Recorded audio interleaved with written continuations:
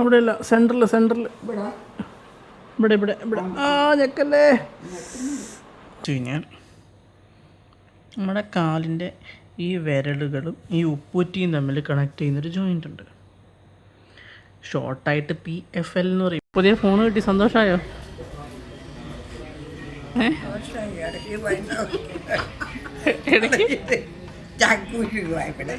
Hi, ഇന്ന് നമ്മളൊന്ന് പുറത്തു പോവാണ്. ഇന്നലെ എൻ്റെ കാലും കൊണ്ട് ഹോസ്പിറ്റലിൽ പോയായിരുന്നു. അപ്പോൾ എന്ത് പറഞ്ഞു, എങ്ങനെ പറഞ്ഞു, അതൊക്കെ ഞാൻ വീഡിയോയുടെ മുൻപോട്ടുള്ള ഭാഗങ്ങളിൽ പറയാം. അപ്പോൾ നമുക്കൊന്ന് പുറത്ത് പോയിട്ട് വരാം. ഓക്കെ, പുറത്ത് പോകുന്ന വിശേഷങ്ങളൊക്കെ കാണാം.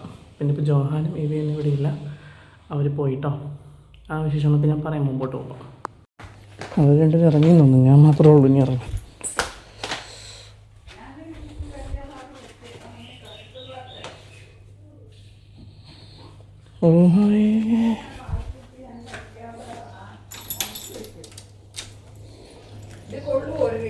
ഇന്നൊരു മഴക്കാറുണ്ടല്ലോ, മുളക് പുറത്ത് വെക്കണ്ട കേട്ടോ.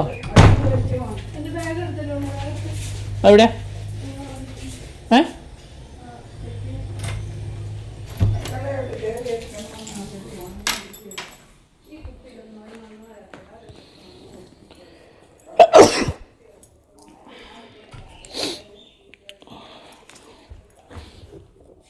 കണ്ടോ? മറ്റേ ഫോൺ എടുത്തോ? പുതിയ ഫോൺ കിട്ടി, സന്തോഷമായോ?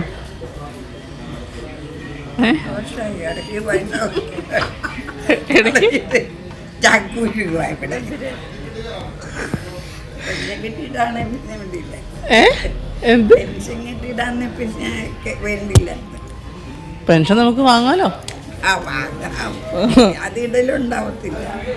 എന്തിടലുണ്ടാവില്ല,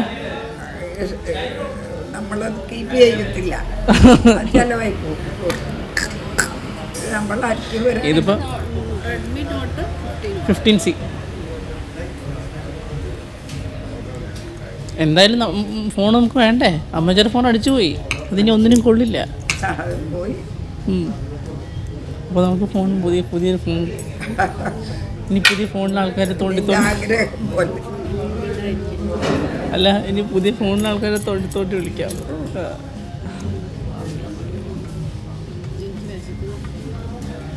സമയമായോ എത്ര? ഇത് കഴിഞ്ഞപ്പോൾ വീട്ടിലേക്കല്ലേ പോകുന്നത്?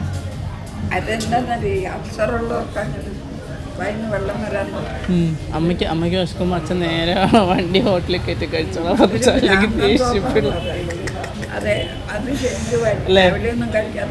അല്ലെങ്കിൽ മേഡത്തിന് ദേഷ്യം കയ്യിലെന്നേരം കൊണ്ട് കിടന്നു.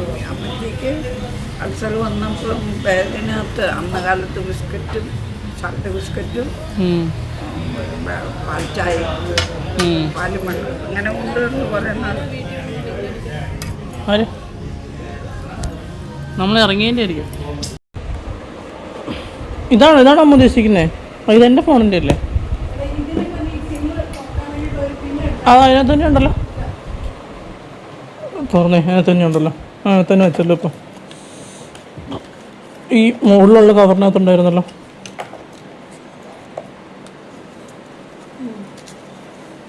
അല്ലേ? കള്ളം പറയരുതില്ല ഒന്ന്. എന്തേ ഫോണെന്തേ? ഇതിനി പപ്പാന്ന് എഴുതണ്ടേ? അല്ലെങ്കിൽ എന്താണ്? ഇത് 38W സ്റ്റാർട്ടിങ്. എൻ്റെ 80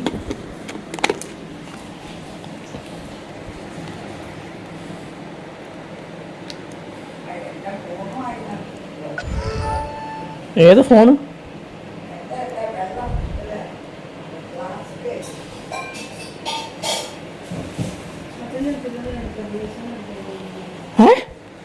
യൂസല്ലോ. എൻ്റെ അമ്മ സാംസങ്ങിന് ഇപ്പം എല്ലാത്തിനും ഇത് വരുക, മറ്റേ എന്താ പറയുക, ലൈന്. എൻ്റെ ഫ്രണ്ടിൻ്റെ വാച്ച് പോയി, മറ്റേ സ്മാർട്ട് വാച്ച് ഇല്ലേ, സ്മാർട്ട് വാച്ചിൻ്റെ കളർ ഓറഞ്ച് ആയിപ്പോയി. എന്തോ അപ്ഡേറ്റ് വന്നിട്ട് സാംസങ്ങിൻ്റെ.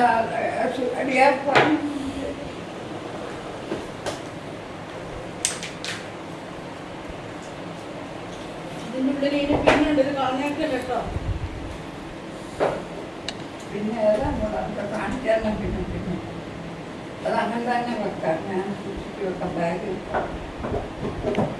ആ വെരിഫിക്കേഷൻ്റെ സമയമായിട്ടുണ്ട്. ഭാഗ്യം ഉണ്ടെങ്കിൽ കിട്ടും. ഒന്ന് എങ്ങോട്ട് വാ. അതാ മച്ചി, ഈ കവർ മച്ചി, കണ്ടത് അവിടെ ഒന്നും കിടക്കും. ആ കവറിൻ്റെ അകത്ത് നോക്ക്. ഇതില്ല. ആ കാണുന്നത് അതല്ലേ പറഞ്ഞേ. ധന്യന്തരം തൈലം ഉം. ധന്യന്തരം തൈലമുണ്ട്, കുഴമ്പുണ്ട്. കാലിങ്ങനെ വെക്കണം, ഇങ്ങനെ. അതങ്ങനെ ഇരിക്കുന്നില്ല. ഇവിടെ അധികം വേദന. അപ്പോൾ കുറവുണ്ടല്ലോ ഇന്നത്തെ കഴിഞ്ഞിട്ട് തൊടുമ്പോൾ അറിയണം, തിരുമ്പൊന്നും ഒട്ടും അറിയാം. ആ ഞാൻ പുരട്ടിയ മരുന്ന് ഒത്തിരി നല്ല മരുന്നാണ്. കാല് നിലത്ത് കുത്താൻ പറ്റുന്നില്ല. നിലത്ത് കുത്തുമ്പോൾ ഭയങ്കര വേദന. അത് 2 ദിവസം കാണും. നാളെ എനിക്ക് കണ്ടു. ഇവിടെ കുത്തുമ്പോൾ വേദന. അവിടെ ഇല്ല, സെൻറ്ററിൽ ഇവിടെ ഇവിടെ ആ ഞെക്കല്ലേ. നെക്കാല് കുത്തുമോ? അയ്യോ, അവിടെ വന്ന് ഇച്ചിരി മറ്റേ ഒന്നും കിടക്കും. ഇതെന്താ ഇവിടെ ചെരുപ്പിൻ്റെ ഇതാണല്ലോ. അതെന്തൊരു ചെരുപ്പാണ് അതിരുന്ന് തഴമ്പ. അത് വീട്ടിലിടുന്ന ചെരുപ്പിൻ്റെ തഴമ്പ. എൻ്റെ അവിടെ പൊട്ടലുണ്ട്, അത് വലിച്ച് കളയണേ. അത് പൊട്ടിച്ച് കളഞ്ഞു. പതുക്കെ.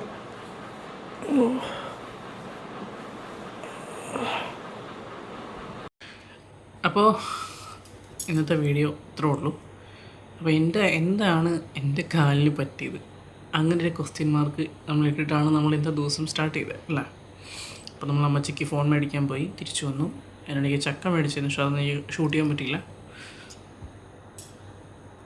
അപ്പോൾ ഇതാണ് കാലിൻ്റെ ഒരു അവസ്ഥ. ഈ സാധനം ഇത് ആംഗിൾ ബ്രേസ് എന്ന് പറയും.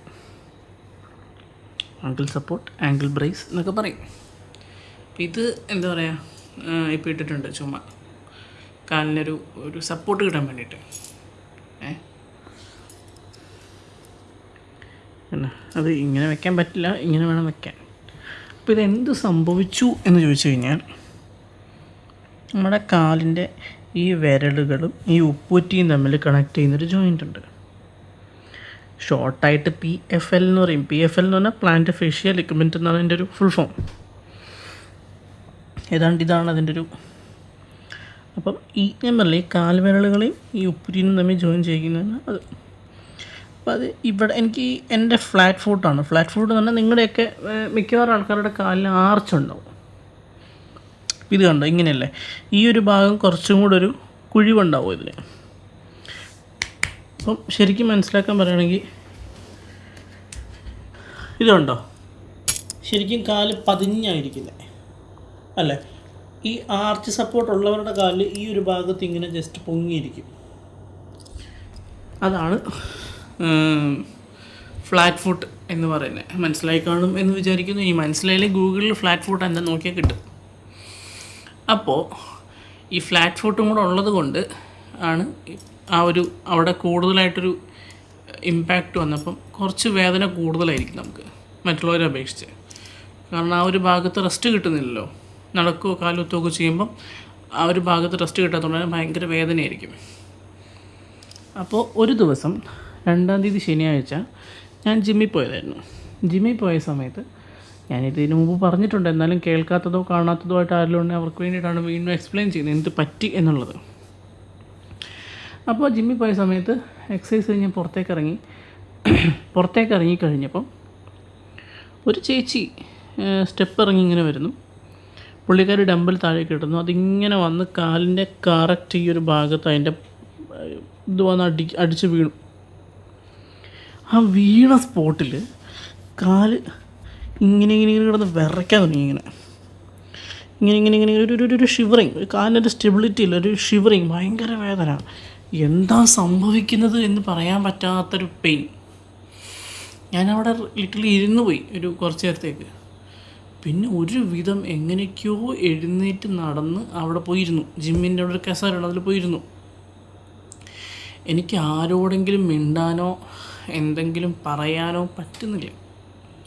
അങ്ങനെ അവിടെ എൻ്റെ ഒരു ഫ്രണ്ടുണ്ട്, ഞാൻ അവളുടെ പേര് പറയുന്നില്ല, പ്രൈവസി മാറ്റേഴ്സ്. ആ ചേച്ചി ഞാനും കൂടെ താഴേക്ക് ഇറങ്ങി വന്ന് ചേച്ചിയുടെ സ്കൂട്ടറിലാണ് ഞാനിങ്ങ് പോരുന്നത്. അന്ന് അമ്മ പാത്രത്തിൻ്റെ എന്തോ ലിക്വിഡ് വാങ്ങാൻ പറഞ്ഞതൊക്കെ വാങ്ങി ഞാനിവിടെ വന്നു. ആ ചേച്ചിയുടെ വീട് വരെ ഞാൻ വന്നായിരുന്നു. അത് അവിടെ നിന്ന് പിന്നെ നടന്നു പോരുക ചെയ്തേ. നടക്കാനൊന്നും പറ്റുന്നില്ല, കാല് കുത്തുമ്പോൾ ഭയങ്കര വേദന, ജീവൻ പോകുന്ന വേദന. അപ്പോൾ ഇവിടെ വന്ന് ഞാനിത് ആരോടും പറഞ്ഞില്ല, മിണ്ടിയില്ല ആരോടും. അത് ഞാൻ ശനിയാഴ്ച ദിവസം കിടന്നിട്ട് എനിക്ക് കിടക്കാൻ പറ്റുന്നില്ല, തിരിഞ്ഞും മറിഞ്ഞ് ഇങ്ങനെ കിടക്കണം, ഉറങ്ങാൻ പറ്റുന്നില്ല എന്ന പോലെ വേദന.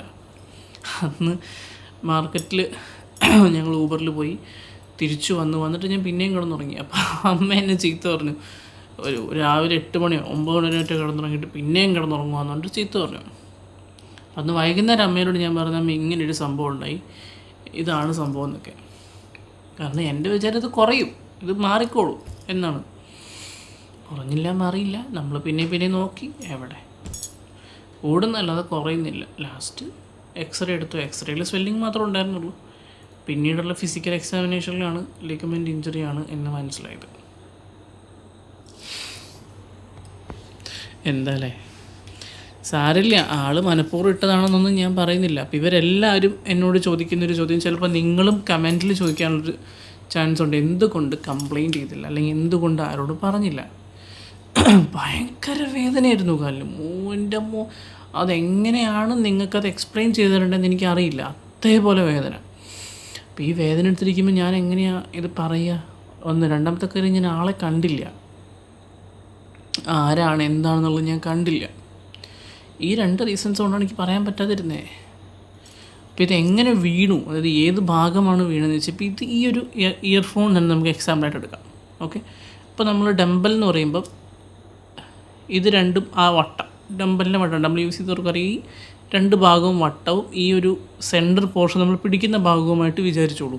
ഓക്കെ, അപ്പോൾ ആ പുള്ളിക്കാർ ഡംബൽ പിടിച്ചിരുന്ന് ഇങ്ങനെയായിരുന്നു, ആ സെൻറ്റർ പോർഷനിൽ പിടിച്ചു, ഇത് മുകളിൽ ഭാഗവും താഴ്ഭാഗവും ഇങ്ങനെ വിട്ടത് ഇങ്ങനെയാണ്. അപ്പോൾ ഇങ്ങനെയാണ് വന്നിട്ട് കാലിന് ഞാൻ നേരത്തെ കാണിച്ച ഭാഗത്ത് വന്ന് അടിച്ചത്. ആ വട്ടം ഇവിടുന്ന് ഇങ്ങനെ ഇത്രയും ഭാഗത്ത് ആ വട്ടം വന്നങ്ങ് അടിച്ച് ഇവിടെ അടിച്ചിട്ട് തെറിച്ച് ഇങ്ങോട്ട് സൈഡിലേക്ക് വീണു. ഒരെണ്ണം അപ്പുറത്തെങ്ങാണ്ട് വീണു, 2 ഉണ്ടായിരുന്നു. അപ്പോൾ ആ ചേച്ചിയോട് ചോദിച്ചു, എന്താ സംഭവം, എന്തിനിങ്ങനെ ഇത്? ഞാൻ മടുത്തു, ക്ഷീണിച്ചു, അപ്പോൾ അതുകൊണ്ടാണെന്ന്. ഞാനിപ്പോൾ പിന്നെ എന്നോട് പറയണ്ടേ, എനിക്ക് എന്ത് പറയാൻ പറ്റും, പെണ്ണല്ലേ. പിന്നെ ഞാനൊന്നും പറഞ്ഞില്ല, നിങ്ങൾ പോന്നു. ഇപ്പോൾ തൽക്കാലം കറണ്ട് സിറ്റുവേഷൻ ഇപ്പോൾ ഇങ്ങനെയാണ്. നമുക്ക് നോക്കാമെന്നേ, ഇതിലും വലുത് നമ്മൾ ഫേസ് ചെയ്തിട്ടുണ്ട്. അപ്പോൾ ഇത് മാറും, ദൈവത്തിൻ്റെ കാരുണ്യം കൊണ്ട് അത് മാറിക്കോളും. സമയം എടുക്കുമായിരിക്കും, അറിയില്ല, മാറിക്കോളും. അപ്പോൾ എന്നാലും ഇതാണ് കാര്യം. എന്നെ വിളിക്കുന്നവരും പറയുന്നവരും വീട്ടിലും ഒക്കെ ഈ ഒരു കാര്യം ചോദിക്കുന്നുണ്ട്, എന്തുകൊണ്ട് ആരോടും കംപ്ലയിൻ്റ് ചെയ്തില്ല. ഇതാണ് സത്യം. ഇതുകൊണ്ടാണ് എനിക്ക് പറയാൻ പറ്റാതിരുന്നത്. അങ്ങനെ, അപ്പം ശരി, നമുക്ക് നാളെ കാണാം. നാളെ ഞാൻ ദൃശ്യം കാണാൻ പോകുന്നുണ്ട്. ഇപ്പം നിങ്ങൾ വിചാരിക്കും, ഇത്രയും കാലമായി അത് ഇവൻ എന്തിനാ ദൃശ്യം കാണാൻ പോകുന്നതല്ലേ, നേരത്തെ ബുക്ക് ചെയ്താന്നേ. അപ്പം ക്യാൻസൽ ചെയ്യാൻ പറ്റത്തില്ല. ഞാൻ പോകുന്നത് കൊച്ചിയിലെ ഏറ്റവും പ്രശസ്തമായൊരു തിയേറ്റർ, കവിത തിയേറ്ററിലേക്കാണ്. ഇപ്പം ആയിരിക്കില്ലായിരിക്കാം, പക്ഷെ പണ്ട് ഭയങ്കര പ്രശസ്തമായൊരു തിയേറ്ററായിരുന്നു കവിത തിയേറ്റർ. അപ്പം നമുക്ക് അവിടുത്തെ വിശേഷങ്ങളൊക്കെ ആയിട്ട് നാളെ കാണാം. ബൈ.